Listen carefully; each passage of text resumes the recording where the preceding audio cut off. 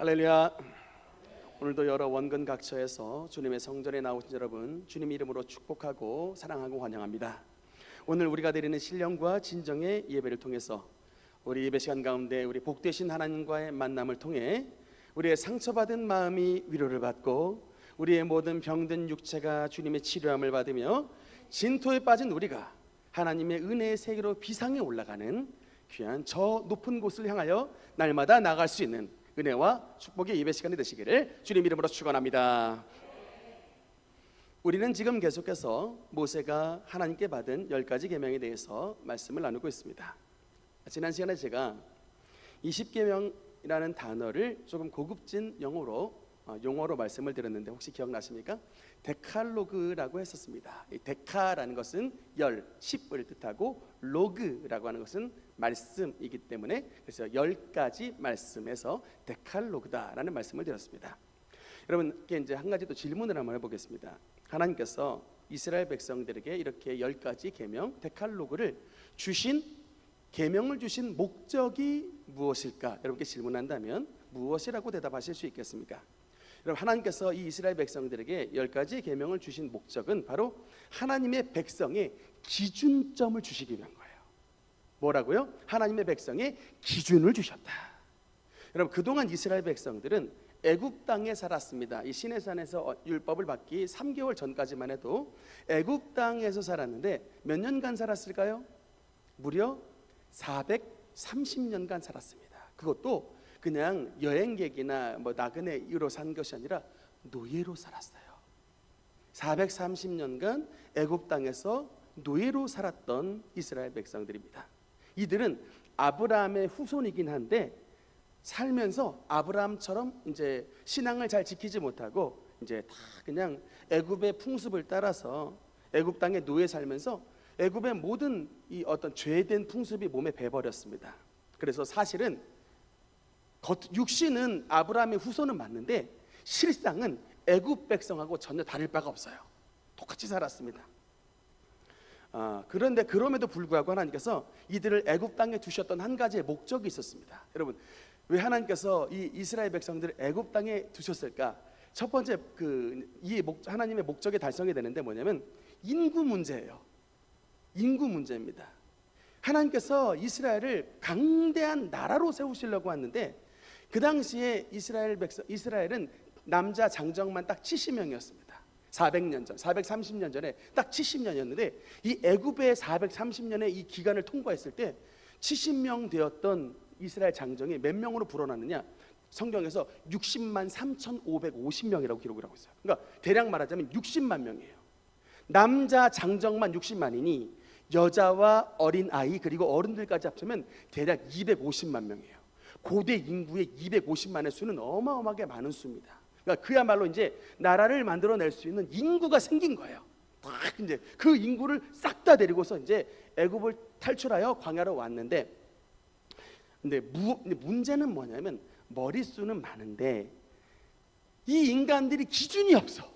살았던 게 애굽이 기준이야. 그러니까 애굽 땅에서 살았던 방식대로 살다 보니까 하나님의 나라의 백성답지 않기 때문에 하나님께서 이제 이들을 출애굽한 다음에 시내산이라고 하는 광야에서 딱 해서 하나님의 10가지의 말씀을 딱 주심으로 말미암아 하나님의 백성이란 이런 10가지의 계명을 지키는 것이다 라고 하는 확실한 계명의 잣대를 주심으로 이제는 더 이상 애굽 땅의 백성이 아니라 하나님의 백성답게 살아라 라고 하는 주신 말씀이 이제 우리에게 10가지 계명을 주셨던 말씀이 되게 되는 것입니다. 그래서 이 이제 친필의 말씀은 근데 여러분 오늘날에도 저와 여러분에게 유효합니다. 구약의 말씀이 그들의 말씀이 아니고 우리에게도 동일하게 유효합니다. 내가 지금 하나님의 백성으로서 기준을 지금 잘 삼고 있느냐, 내가 하나님의 백성답게 잘 살고 있느냐, 기준을 10가지의 계명을 딱 갖다 대면 돼요. 신앙생활을 지금 잘하고 있느냐, 10가지의 계명 갖다 대가지고 그 말씀의 거울로 자신을 비춰보면 되는 것입니다. 그래서 내가 하나님의 말씀을 하나님의 백성으로서 주일 성수 잘하는가, 우상 섬기지 않느냐, 또 여러분 부모님을 잘 공경하느냐, 또 간음하고 거짓말하고 도적질하고 이런 죄를 짓지 않느냐, 하여튼 이런 10가지의 계명으로 나를 탁 비춰봐가지고 내가 오늘 하나님 앞에서 잘못된 것은 바로 고치고 잘된 것은 더욱더 힘써서 주님 앞에 바른 신앙생활을 유지할 수 있도록 만들어주신 하나님의 거울, 그것이 바로 십계명인 것을 믿으시기 바랍니다. 우리가 지금 계속해서 이 10가지의 계명을 나누는 동안에 하나님의 말씀이 우리의 삶의 기준이 돼서 하나님의 온전한 성도로 자리 잡게 되시기를 주님 이름으로 축원합니다. 그 중에 오늘은 이제 제 3계명 세 번째 계명입니다. 함께 따라합시다. 너는 내 하나님 여호와의 이름을 망령되게 부르지 말라.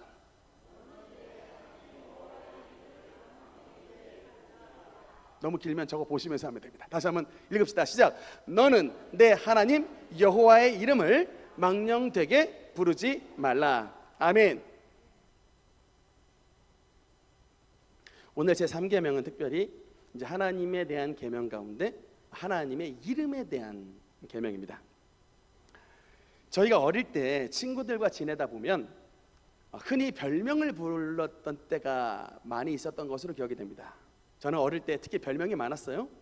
농구장에서는 개구리로 불렸고, 교회 안에서는 뭐 충필이, 뭐 쭈구리, 뭐 이런 이름들도 있었고, 별명들이 있었고, 또 초등학교 때 제 별명 중에 하나가 뭐냐면 송충이라는 별명이 있었습니다. 서충훈하고 송충이랑 좀 발음이 비슷했는지 저를 송충이로 부르는 애들이 있었는데, 근데 그러다가 제 친구 녀석 하나 가운데 이름이 송충훈이라는 애가 등장을 해가지고 제 송충이 별명이 그 친구가 가져가 버렸습니다. 그랬던 일이 있었어요. 우리 뭐 큰샘 집사 같은 경우는 제 고등학교 친구인데, 큰샘 집사랑 친하게 지내는 친구들이 우리 큰샘 집사 성이 류씨인데 성을 안씨로 바꿔가지고 안큰샘으로 부르는 그런 친구들도 있었습니다.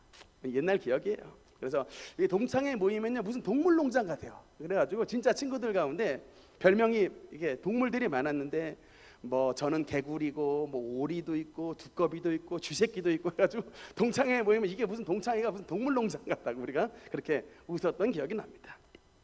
친한 친구들 사이니까 그렇게 뭐 별명들 부르고 그렇게 지냈는데, 근데 이제 오늘 제 3계명에서는 우리가 친한 친구들 사이에서는 그렇게 별명을 부를 수는 있지만 하나님께 대해서는 주님의 이름 가지고 어떤 장난을 치거나 얕잡아봐서는 안 된다라는 것이 이제 주님의 세 번째 계명입니다.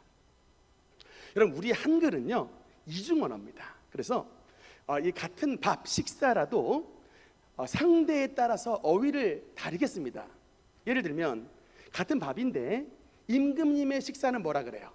수라라고 그러죠. 아버님이 드시는 식사를 뭐라고 합니까? 진지라고 하죠. 우리 꼬맹이들 아이들이 먹는 그냥 그 밥이죠. 얼마 전에 검색을 한번 해보니까 어떤 며느리가 이제 시집간 지 얼마 안 됐는데 시어머니에게 식사를 준비하고 난 다음에 뭐라고 말했냐면, 어머니 식사하세요라고 했는데, 이 어머니 식사하세요라고 했다가 그 말을 들었던 그 집에 이제 왕 할머니가 계셨는데 그 이제 며느리한테 퉁방울을 준 거야. 너는 말이야 대학원식이나 나와가지고 어휘가 그거밖에 안 나오니? 어머니께 식사가 뭐야? 진지 잡수세요라고 해야지. 라고 이렇게 퉁방울을 들었다고 하면서, 그런 말을 들었다고 억울함을 토로한 글을 제가 인터넷에서 글이 올라왔던 것을 본 적이 있습니다. 지금은 그런 것 같진 않은데 조금 뭐 지난 것이었는지, 그 정도로 여러분 우리 사회는 이중언어를 구사를 합니다. 어르신은 태어나신 나를 생신으로 하죠. 그리고 또 부모님의 이름은 뭐라고 합니까? 함자라 해서 아버지 성함이 뭐니라고 말했을 때 서동철이요 라고 그러면 이거는 못 배운 집안이야. 우리 어릴 때만 해도 그랬습니다. 아버지 성함이 뭐니, 함자가 뭐니라고 물어보면 서자, 동자, 철자입니다 라고 이렇게 대답을 해야 그래도 가정교육 받았구나 라고 그렇게 얘기를 들었습니다. 요새는 조금 뭐 덜한 것 같기도 하고요. 근데 여러분 이제 이게 뭐냐면, 하물며 같은 밥이고 식사여도 임금님에게는 수라, 아버님에게는 진지, 이렇게 어떤 용어를 다르게 쓰는데 하물며 하나님을 향해서 우리가 가볍게 주님의 이름을 대할 수가 있느냐라고 하는 것입니다. 그러니까 예의를 갖추라는 거예요. 사랑하는 것, 경외하는 건, 주님을 경외하다는 경자는 두려워하다예요. 예의를 갖추라는 겁니다. 우리 하나님께 친근하게 하는 건 좋지만 우리 주님을 사랑하는 마음이 예의가 무너져서는 안 된다는 거예요. 근데 특별히 이 요구는 우리 하나님의 요구입니다. 우리 인간이 어떻게 그냥 우리 하나님을 어떻게 잘 섬길 때 하나님의 이름을 잘 부릅시다라고 말하는 우리 인간의 머리에서 나온 계명이 아니고 하나님의 친필이 모세가 이렇게 준비했던 돌판에 우리 하나님의 친필 손이 나타나가지고 너는 여호와의 이름을 망령되이 말하지 말라라고 하는 이 요구를 하나님이 직접 기록하신 것입니다. 그래서 굉장히 중요한 계명이다라고 하는 것인데, 일단 우리가 하나님의 이름을 존중해야 되는 데는 몇 가지 이유가 있습니다. 그 중에 첫째가 뭐냐면, 하나님의 이름을 존중해야 되는 첫 번째 이유는 뭐냐, 우리의 눈에 보이시지 않는 하나님의 속성이 우리 주님의 이름 속에 들어있기 때문입니다. 우리 주님의 이름 속에 보이지 아니하신 하나님의 그 신성, 속성이 그 안에 들어있다. 화면에 한번 글자를 한번 볼까요? 여러분 이거 혹시 읽으실 수 있는 분 혹시 계십니까? 저게 여러분 성경에 나오는, 구약의 원어 성경에 나오는 하나님의 이름이에요. 근데 여러분 안타깝게 저 히브리어인데 여러분 왼쪽에서 읽는 게 아니고 오른쪽에서 왼쪽으로 읽는 겁니다. 우리 한글 순서랑 반대예요. 오른쪽에서 요드해 와우해라고 이렇게 오른쪽에서 왼쪽으로 읽는 글자인데, 저 네 개의 글자를 또 좀 전문 고급진 용어를 하나 저기 써놨는데 테트라그람마톤이라고 합니다. 조금 그 원어 어휘 그 헬라어 공부하신 분들 아실지 모르, 테트라라는 것은 넷을 뜻해요. 그래서 펜타 그러면 이제 다섯, 펜타곤 그래서 오각형이잖아요. 테트라는 이게 4인데 테트라그람마톤이라 해서 그 네 개의 글자, 즉 네 개의 신성 문자를 테트라그람마톤이라고 합니다. 그냥 고급진 단어니까 한번 들어두시면 좋아요. 근데 이 테트라그람마톤이 얼마나 여러분 이게 신성시했냐면, 옛날에 여러분 성경에 보면 서기관이라고 나오는데 그 사람들이 직업이 뭐냐면 성경을 필사하는 사람들이에요. 근데 이 성경을 필사할 때, 요새도 신앙 좋으신 분 성경을 필사하는데 이 서기관들의 열심은요 우리의 상상을 초월합니다. 성경을 필사하다가 저 글자 테트라그람마톤이 나왔잖아요. 그러면 붓을 내려놔요. 그리고 가서 욕실에 들어가서 7번 바가지로 몸에 물을 끼얹습니다. 그리고 와서 저 요드해 와우해를 글자를 쓰는 거예요. 그리고 또 쓰다가 또 저 테트라그람마톤이 나왔다, 다시 가서 또 물 끼얹습니다. 아니 샤워하다가 언제 성경 필사하겠어요? 전 진짜 사실 그런 마음이 들 텐데, 이게 다른 게 아니라 나 같은 죄인이, 나같이 죄 많은 놈이 어찌 하나님의 이름을 쓸 수가 있겠는가라고 하는 그런 은혜의 감격 속에 저 글자를 썼던 거예요. 근데 여러분 저 글자의 발음이 우리는 어떻게 읽느냐, 우리는 여호와로 읽습니다만 누구는 또 뭐로 읽느냐면 야훼로 읽습니다. 이게 뭐 캐톨릭 성경에는 야훼로 나와 있고 우리 이제 개역 개정판에는 여호와로 나와 있는데, 뭐가 맞아요? 여호와가 맞습니까? 야훼가 맞습니까? 이게 원래 글자는 야훼라고 해요. 원래 글자는 야훼인데 이 글자가 너무나 신성해가지고 특히 제3계명 가운데 하나님의 이름을 망령되이 읽지 말라고 하니까 여러분 이 테트라그람마톤이 나왔을 때 야훼로 읽지 못하고 저 글자를 어떻게 읽었냐면 나의 주님이라는 뜻의 아도나이라고 읽었어요. 아도나이. 그래서 여러분 우리 그런 말 했죠. 이게 우리 요새 말로 말하자면 이거입니다. 야훼라 쓰고 아도나이라 읽는다라는 겁니다. 쓰기는 요드해 와우해 테트라그람마톤을 쓰는데 그 글자를 읽을 때는 야훼라고 읽지 않고 아도나이 이렇게 읽은 거예요. 근데 그러다가 세월이 사라져가지고 하나님의 이름에 발음을 할 줄 모르게 되니까 이래서는 안 되겠다 해가지고 야훼라고 하는 저 테트라그람마톤에다가 아도나이의 모음을 붙여가지고 나왔던 글자가 여호와라고 하는 그런 글자가 나오게 됐던 것입니다. 참고로 그 정도로 알아두시면 되겠는데, 어쨌든 여러분 이스라엘 사람들, 고대 사람들은 하나님의 이름을 이토록 소중히 여겼다라는 게 핵심인 거예요. 그러니까 자기 입에 차마 이 죄인된 입에 하나님의 이름을 올리지 않을 정도로 그 정도로 소중히 여겼다라는 것인데, 특별히 여러분 이 하나님 이 여호와의 이름의 뜻이 뭐냐, 이게 모세가 떨기나무 가운데 하나님의 이름을 계시를 받았는데 출애굽기 3장 13, 14절 말씀 읽겠습니다. 시작. 그들이 내게 묻기를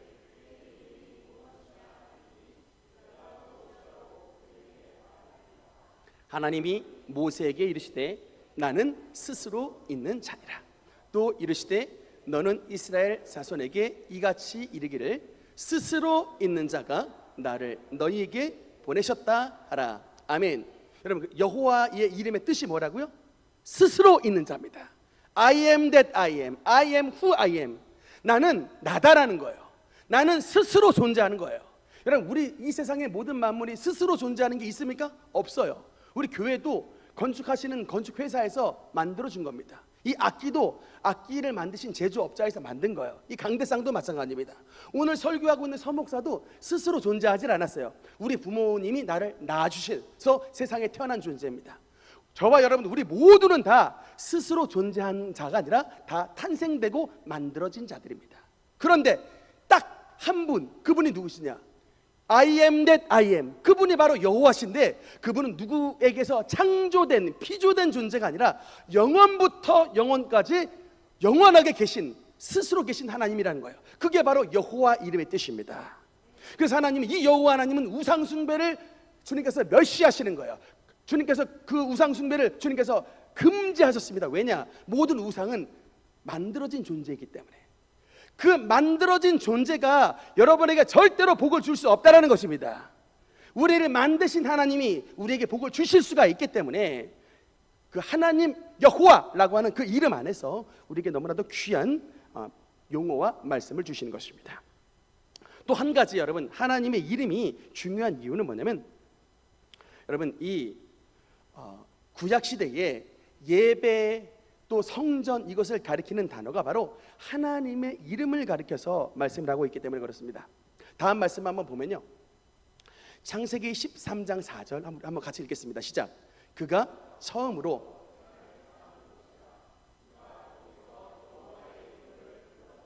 아멘.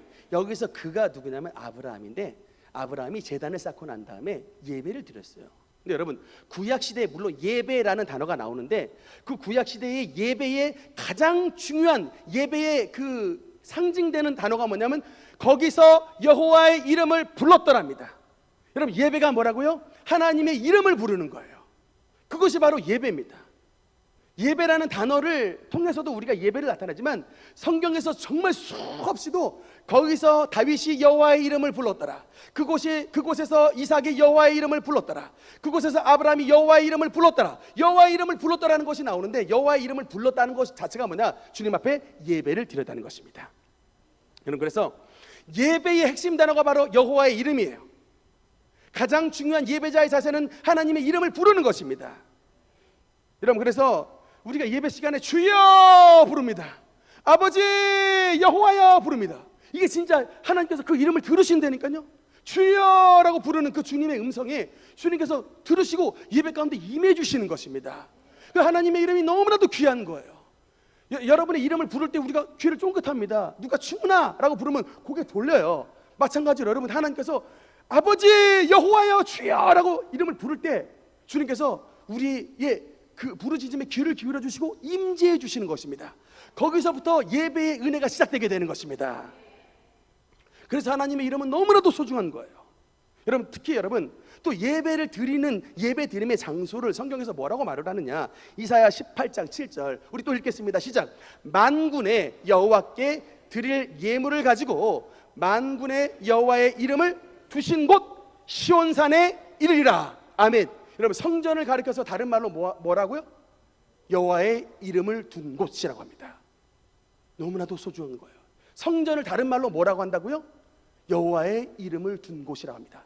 예배를 다른 말로 뭐라고 한다고요? 여호와의 이름을 불렀더라. 성전을 뭐라고 한다고요? 여호와의 이름을 두신 곳입니다. 그러니 여러분, 이 하나님의 이름에는 하나님의 임재가 있는 거예요. 여러분, 우리가 하나님의 이름을 부를 때 하나님께서 우리 그 이름을 부르는 그 장소에 주님께서 나타내 주시는 것입니다. 여러분, 그래서 성경에는 특별히 하나님의 이름에 7가지 이름이 나와 있습니다. 제가 PPT를 준비했는데 한번 따라합시다. 첫 번째, 여호와 이레. 여호와 이레. 여러분, 여호와 이레 뜻이 뭐죠? 준비하신 하나님입니다. 두 번째, 여호와 라파. 여호와 라파, 치료하신 하나님입니다. 세 번째, 여호와 니시. 여호와 니시, 승리의 깃발을 주신 하나님입니다. 그 다음 여호와 샬롬. 여호와 샬롬, 우리에게 평강을 주신 하나님입니다. 다섯 번째, 여호와 로이. 여호와 로이, 우리의 목자 되신 하나님입니다. 여섯 번째, 여호와 치드게누. 이게 좀 어려워. 여호와 치드게누, 우리의 의, 우리의 모든 죄를 사해 주시고 우리의 의가 되신 하나님, 그게 바로 여호와 치드게누입니다. 마지막 일곱 번째, 여호와 삼마. 여호와 삼마, 우리와 함께 하신 하나님. 여러분, 이게 바로 성경에 나와 있는 여호와의 이름의 일곱 가지 하나님의 이름입니다. 여러분, 그래서 이 성전이 뭐냐? 하나님의 이름을 두신 곳이에요. 하나님의 일곱 가지의 이름을 두신 곳입니다. 여러분, 오늘 우리가 주님 앞에 성전 앞에 나와서 주님 앞에 기도할 때, 주님 앞에 예배드릴 때 하나님의 일곱 가지의 이름에 있는 그 속성이 우리 앞에 응답으로 나타나는 거예요. 여호와 이레, 우리의 미래를 준비해 주신 하나님. 여호와 라파, 우리의 모든 병을 치료해 주신 하나님. 여호와 니시, 우리의 모든 대학 입시에, 우리의 모든 사업에 승리의 깃발을 꽂아 주신 하나님. 여호와 샬롬, 우리의 불안과 공포와 초조 속에 우리의 모든 공포와 두려움을 이기게 하시고 평안을 주시는 여호와 샬롬의 하나님. 또 우리의 여호와 여러분 로이 하나님, 하나님께서 우리 가운데 잃어버린 양과 같이 방황하는 자들 가운데 하나님께서 좋은 선한 목자로 나타나셔서 푸른 초장과 신랄한 물가로 인도해 주시는 여호와 로이 하나님. 여러분, 또 우리가 죄를 너무나도 많이 져가지고 세상 사람들 가운데 손가락질을 받는 가운데서도 여호와 치드게도 하나님께서 우리에게 나타나셔서 우리의 모든 죄를 씻어주시고 주의 피로 우리를 의롭다고 칭해주시는 여호와 나의 의, 여호와 치드게도의 하나님이십니다. 또 우리를 고아와 같이 버려두지 아니하시고 여호와 삼마 하나님께서 우리에게 임재하여 주셔서 우리와 함께 해주시고 좁은 길도 걸어주시고 우리의 모든 신앙생활 가운데 우리의 모든 가정과 사업터에도 항상 손잡고 걸어갈 수 있는 여호와 삼마의 하나님으로 우리에게 나타나 주시는 것을 믿으시기 바랍니다. 이토록 하나님의 이름은 능력이 있는 거예요. 어떤 자에게? 주님의 이름을 진짜 의지하는 자에게. 우리가 왜 여러분 오늘날 주님의 은혜를 누리지 못합니까? 하나님의 이름을 부르지 않는 거예요. 여러분, 하나님의 일곱 가지 이름 정말로 기억해 주세요. 이 일곱 가지 이름으로 기도해 주세요. 여러분, 대표 기도할 때 이 일곱 가지 기도 하세요. 이 기도를 통해서 정말 주님의 치료도 받고 주님의 죄 씻음도 받고 주님의 임도함도 받고 주님과 함께 하심도 누리고 주님의 평강의 은혜를 누리며 주님의 모든 은혜를 누리는 그런 하나님의 은혜 이름을 부를 때에 주님께서 오늘 우리 가운데 임재해 주시는 것을 믿으시기 바랍니다. 반대로 여러분, 주님께서는 우리에게 그런 하나님의 이름을 절대로 망령되이 부르지 말라고 했습니다. 성경 용어의 망령되다라는 단어는 한번 따라합시다. 샤웨. 사실은 저 샤웨보다는 샤워가 조금 우리에게 좀 이게 기억이 나는 단어인데 샤워가 아니고 안타깝게 샤웨예요. 샤웨. 조금 단어가 어렵긴 한데 어쨌든 망령된 뜻이 바로 샤웨다라는 건데, 이 뜻이 성경의 용례에 보니까 크게 두 가지의 의미를 썼습니다. 하나는 보니까 헛된이란 뜻이에요. 그러니까 여호와의 이름을 헛되이 부르지 말라가 1번입니다. 두 번째, 여호와의 이름을 망령되이 일컫지 말라. 두 번째 용례는 뭐냐면 저 샤웨라는 뜻이 더 중요한 뜻이 뭐냐면 거짓되이예요. 여호와의 이름을 거짓되이 부르지 말랍니다. 그러니까 여러분, 이게 무슨 말이에요? 하나님 앞에 맹세할 때 절대로 거짓말해서는 안 된다는 거예요. 여러분, 제가 기억이 나는 게 벌써 오래전 일입니다. 검찰총장 가운데 김태정이라고 했던 김태정 검찰총장 때 그의 부인이 연루됐던 온로비 사건이 있었습니다. 혹시 기억을 하시는 분이 있으신 모르겠어요? 세 분의 여자분이 나왔는데 안타깝게 보니까 권사님들이에요. 교회. 이 권사님 세 분이 온로비에 연루가 돼가지고 이제 청문회가 열렸습니다. 근데 이제 다 막 자기들 나름대로 주장을 하잖아요. 청문회에서 나는 뭐 받았습니다. 나는 뭐 하여튼 여러 가지 각자의 주장을 했는데 내용이 다 달라요. 그래서 거기 이제 청문회 때 사회자가 질문했습니다. 뭐라고 질문했냐? 당신들 권사님이니까 하나님 앞에 맹세할 수 있느냐라고 물어봤습니다. 근데 이 세 분 권사님이 정말 손 들고 하나님 앞에 맹세를 했어요. 제가 그 당시 신앙이 별로 없었던 때인데도 제가 분명히 기억을 하고 있습니다. 저분이 하나님 앞에 하나님의 이름으로 맹세를 했는데 그때 그 사회자의 말이 정말 과관이었습니다. 뭐라고 했느냐? 저 셋 다 권사님인 걸로 알고 있는데 뭐라 그랬냐면 저분들이 믿는 하나님이 각각 다른가 봅니다. 전 국민이 아주 망신이었어요. 이것입니다. 여러분, 그래서 성경에서는 사실은 그래서 맹세를 이제 신약 시대에 와서는 맹세를 금지해 놨습니다. 하지 말라 그랬어요. 여러분, 산상수훈 읽어보면 예수님도 맹세를 권하지 않아요. 야고보서에도 맹세를 권하지 않습니다. 그냥 기면 기라고 하고 아니면 아니라고 해서 너희의 정죄함을 면하라고 했습니다. 근데 여러분 딱 한 군데 딱 한 번 하나님께서 맹세를 허락하신 장면이 있습니다. 그게 언제인 줄 아십니까? 바로 직분 선언할 때, 직분 선서할 때요. 교회 안에서 직분을 선서할 때는 하나님이 맹세하느뇨? 라고 물어봤을 때 예스! 예! 라고 대답을 하게 해놨습니다. 교회 안에서도 여러분 장로님, 안수집사님, 권사님들 세울 때 여러분께 맹세하느뇨? 라고 물어봤습니다. 여러분 분명히 이해하셨어요. 여러분 그래서 성경에서 다른 거는 다 그냥 어지간하면 예스면 예스, 노면 노로 그냥 맹세하지 않는 것으로 하지만 직분만큼은 하나님 앞에서 맹세로 물어보셨습니다. 여러분 직분 안에 뭐가 있기 때문에 그런 거예요. 직분에 그 직분이 하나님의 명예가 달려있기 때문에 그렇습니다. 우리의 목사직, 또 우리의 직분자들 장로님직, 안수집사님직, 권사님 직에는 하나님께서 여러분을 맹세로 물어보실 정도로 크게 하나님께서 이 디그니티, 위엄을 두신 거예요. 여러분 그래서 골로새서의 말씀을 보면 4장 17절 읽겠습니다. 시작. 아키뽀에게 이르기를 주 안에서 받은 직분을 삼가 이루라고 하라. 아멘. 이게 골로새서 4장 맨 마지막 절에 사도 바울이 아키뽀에게 주신 말씀, 아키뽀에게 남긴 말인데, 여러분 이 말이 뭐냐면 직분을 잘 감당하기가 쉽지가 않기 때문에 주 안에서 받은 직분을 삼가 이루라라고 하는 거예요. 이분이 뭐 목사님이신지 이분이 집사님이신지는 정확히는 알 수는 없지만 어쨌든 하나님이 주셨던 그 직분을 하나님 앞에 그날까지 가는 그날까지 삼가 이뤄서 하나님 앞에 들었던 맹세를 헛된 맹세로 만들지 말라는 거예요. 직분을 버린다라고 하는 것은 하나님 앞에 헛맹세를 드리는 것입니다. 직분을 잘 감당한다라고 하는 것은 하나님 앞에 참맹세가 되게 되는 것입니다.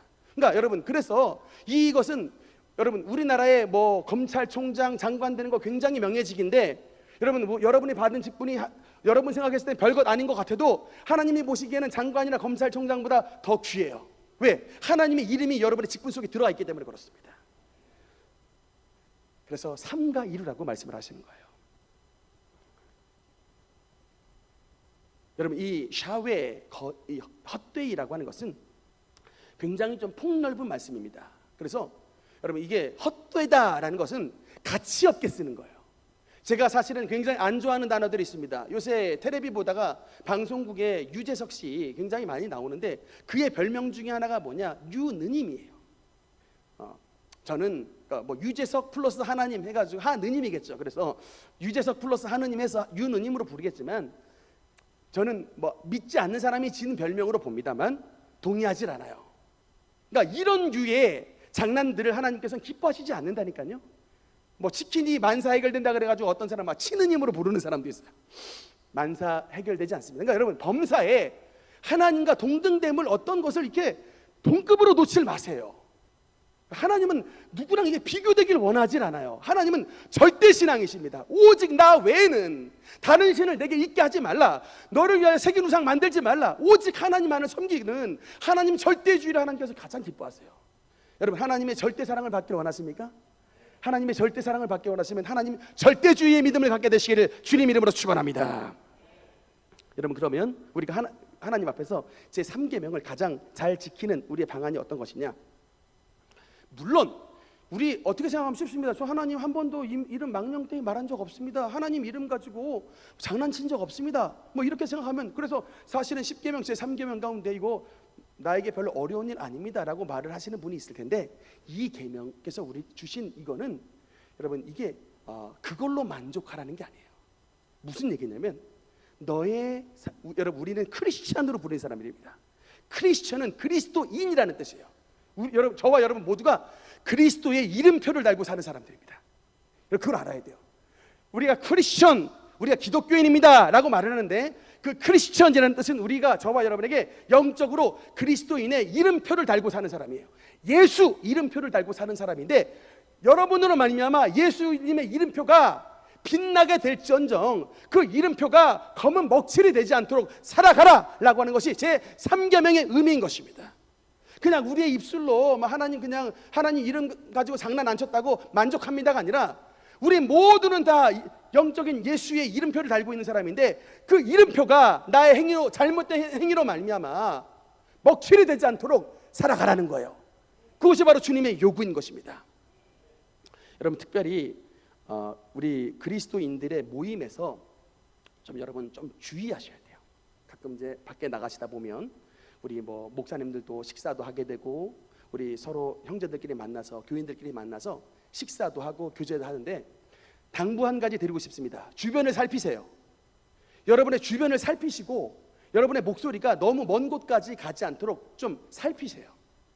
제가 한 가지 경험을 얘기하겠습니다. 한 5년 전으로 기억을 하는데 식당에 생선구이집에 가서 생선을 먹으려고 들어갔는데 아마 어떤 교인 분들이 와서 식사를 했던 것 같습니다. 근데 그분들 우리 주변을 살피질 않아요. 목소리가 너무 커. 막 우리 앉아 있는 곳까지 그 멀리 소리가 들려오는데 좋은 소리를 하면은 제가 왜 그것에 거슬렸겠습니까? 근데 얘기를 들으니 어떤 집사님인 것 같은데 그 교회 찬양 인도하는 목사님을 숭을 보는데 제가 옆에서 밥 먹다가 진짜 밥맛이 떨어졌어요. 막 입술을 막 이렇게 하면 부른다고 막 그러면서 막 아니 찬양 인도가 너무나 은혜가 안 된다고 막 그냥 이게 막 입술을 막 이렇게 하면서 마이크를 막 든 거 이렇게 흉내를 내면서 하는데 그러니까 너무 은혜가 안 됐어요. 제가 그러면서 뜨끔했어요. 혹여 우리 능력교회도 점점점 혹시 우리 능력교회도 점점점. 저는 그렇진 않으리라고 봅니다. 우리 능력교회 성도님들은 다 우리 주의 종들 사랑해 주시고 어디 가도 자랑하시는 분으로 제가 알고는 있는데 혹여 너무 속상하고 너무 이제 가슴이 아픈 일이 있다 할지라도 좀 주변을 좀 의식해 주세요. 전도는 못할 망정 여러분이 자꾸 이렇게 이제 자꾸 흉을 보면 이게 뭐가 되겠습니까? 그러면 그 사람들 옆에 저뿐만 아니라 불신자들이 아마 딱 그럴 거예요. 아이고 교회 꼴 참 좋다 그러고 하면서 아마 먹었을 거예요. 무슨 교회인지 저 교회는 가지 말아야 되겠구나라고 얘기를 했을 것입니다. 여러분 이거를 좀 신경을 써주세요. 그러니까 여러분을 통하여 하나님의 밝은 빛이 나타나도록 그러니까 좀 속상한 일이 있다 할지라도 좀 주변을 의식해서 여러분 사실은 그래서 우리 크리스천 연예인들 참 대단합니다. 제가 가끔 이 연예인들 시상식 보면요 뭐 허준호 씨를 비롯해 가지고 뭐 여러 그 이제 김성주 전 아나운서 뭐 이런 사람들 나가지고 이제 시상할 때 하나님 참 뭐 하나님께 영광을 돌립니다라고 이렇게 참 고백을 하는데 어떤 분들은 뭐 나와서 그렇게 굳이 그렇게 할 것까지 있느냐라고 하는데 여러분 사실은요 굉장한 모험이에요. 여러분 오늘날 교회는 만인에게 지금 지탄의 대상이 되고 있는데 자기의 아이덴티티를 밝히는 거예요. 나는 크리스천입니다라고 아이덴티티를 밝히는 순간 사실은 교회를 싫어하는 사람들에게 공공의 적이 되기 쉬워요. 그럼에도 불구하고 나의 무명 시절, 나의 어떤 초년 시절서부터 지금까지 인도해 주신 분 오직 하나님이십니다라고 신앙 고백하는 겁니다. 여러분 그 자체가 엄청난 여러분 어떤 위험 부담을 안고 있는 거예요. 교회 다닌다고 하더니 여러분 연예인들 스캔들 하나 안 터지기 쉽지 않습니다. 카메라 기자들이 막 갖다 대고 막 뒤쑤셔가지고 이런 사람들이 파파라치들이 달라붙기 때문에 신앙 고백한다라고 하는 것은 굉장히 어려운 일이에요. 그렇지만 그들이 그래도 그 자리에서 신앙 고백하는 것은 하나님께 진짜 감사하니까. 여러분 그래서 우리가 예수님을 잘 믿는다, 예수님 이름을 지킨다라고 하는 것은 우리의 이름표를 다는 거예요. 나의 옷에 예수라고 하는 이름표를 다는 겁니다. 저는 여러분 여인분들 십자가 목걸이 달기를 권해드립니다. 정말 권해드려요. 우리 교회에 여러분에게 드렸던 이런 어떤 성전 기물들 집안에 배치해 놓기를 여러분께 추천드립니다. 그 여러분 스티그마라 그래요. 이게 바울이 그게 표시라고 하는데 예수님을 믿는 표시를 내야 돼요. 사실 여러분 대학 생활하셔서 직장 생활하는 가운데 예수님을 믿는 표시 내기 쉽습니까? 당장 표시 내면 그 예수님 믿는다는 것 때문에 욕 먹는 게 오늘 우리 사회 현실이에요. 교회 댕긴다며 왜 그따구로 말해? 교회 댕긴다며 왜 양보도 안 해? 교회 댕긴다며 이 교회 댕긴다며로 바로 우리를 걸고 넘어져가지고 이 말에 오늘날 대부분 사람들이 아이덴티티를 숨겨요.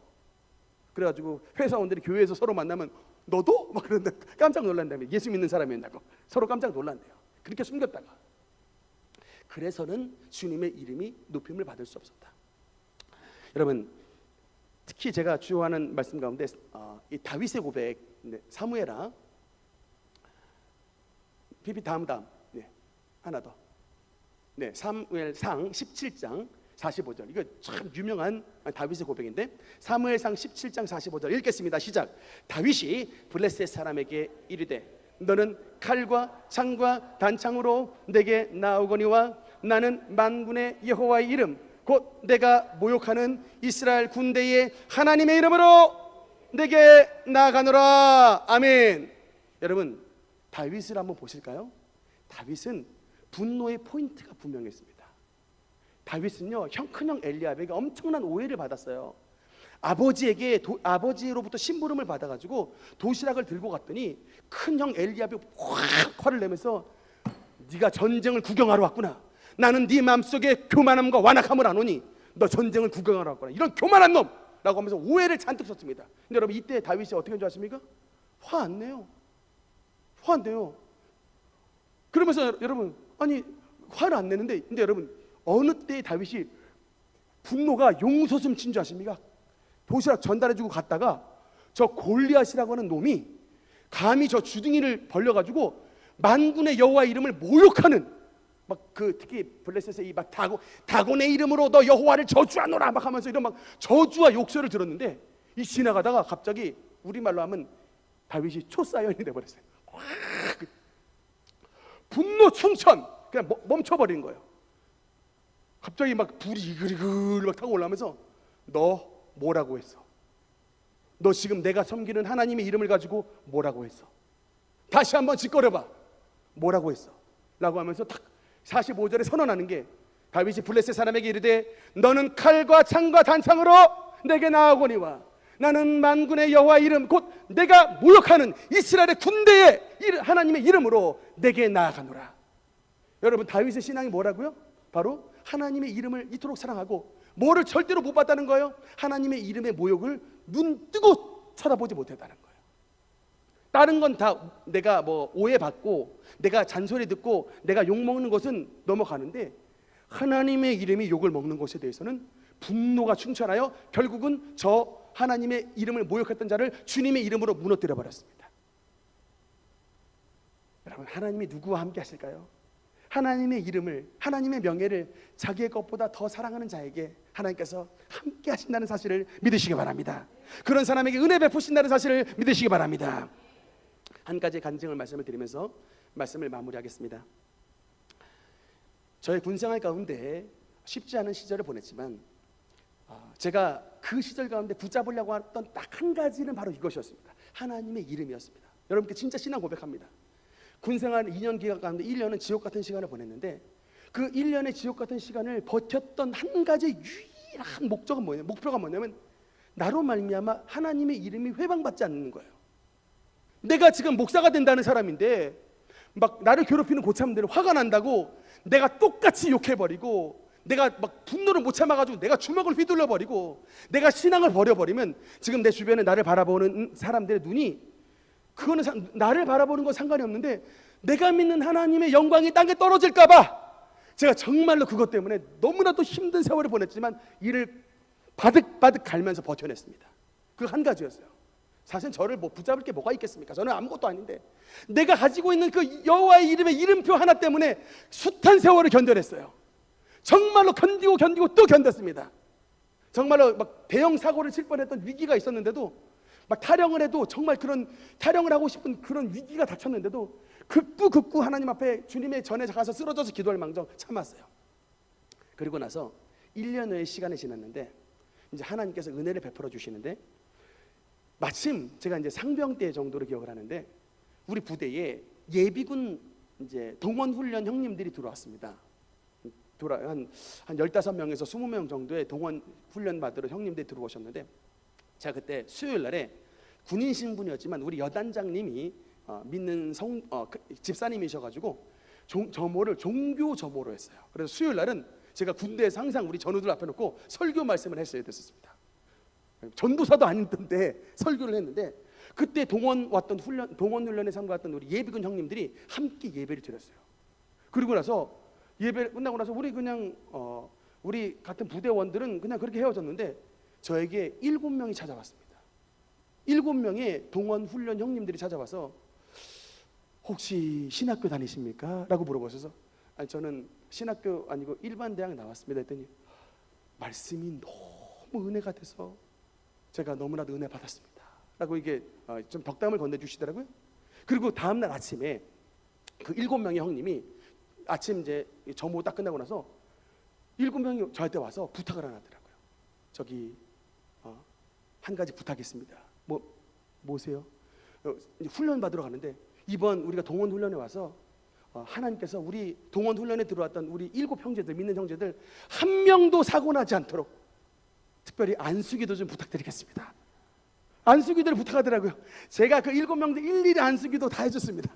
그리고 같이 그냥 7명 손 붙잡고 저까지 합쳐서 8명인데 연병자 한가운데서 8명 통성 기도했어요. 주여 축복해 주시고 이번 ATT 훈련 가운데 한 명도 이런 예비군 형님들 머리털 끝 하나 상하지 않고 훈련 잘 받다가 귀가할 수 있도록 축복해 주옵소서. 막 쏟아부어서 막 열심히 기도했는데 여러분 그 형님들이 제대하는 날 얼마나 우리 군대에서 열심히 모범을 했던지 전 우리 부대의 70명 80명 부대원들이 얼마나 열심을 내고 얼마나 모범적이었는지 저 형님은 다 막 트럭에 올라탔는데 우리가 막 다 서가지고 막 기립박수 했었습니다. 형님은 너무 모범적으로 군생활 잘해주시고 훈련 잘 받게 해주셔서 너무나 감사합니다. 우리 형님들 뒤따라가서 우리도 안전하게 훈련 잘 받고 우리 모두 다 안전하게 제대하겠습니다. 그래서 막 기립박수를 쳤었습니다. 여러분 바로 이거예요. 여러분이 어느 곳에 있든지 여러분의 발걸음이 닿는 곳에 여러분의 예수 그리스도의 이름표가 빛날 수 있도록 여러분의 삶을 통해 잃어버린 영혼들이 주님 앞으로 돌아오는 은혜와 전도의 문이 열리도록 주님 앞에서 축복의 문, 너희 앞에 착한 행실이 비추게 되는 하나님 앞에 영광을 돌리는 그런 복된 삶을 살아가시는 우리 모든 성도들 되시기를 주님 이름으로 축원합니다. 기도하시겠습니다.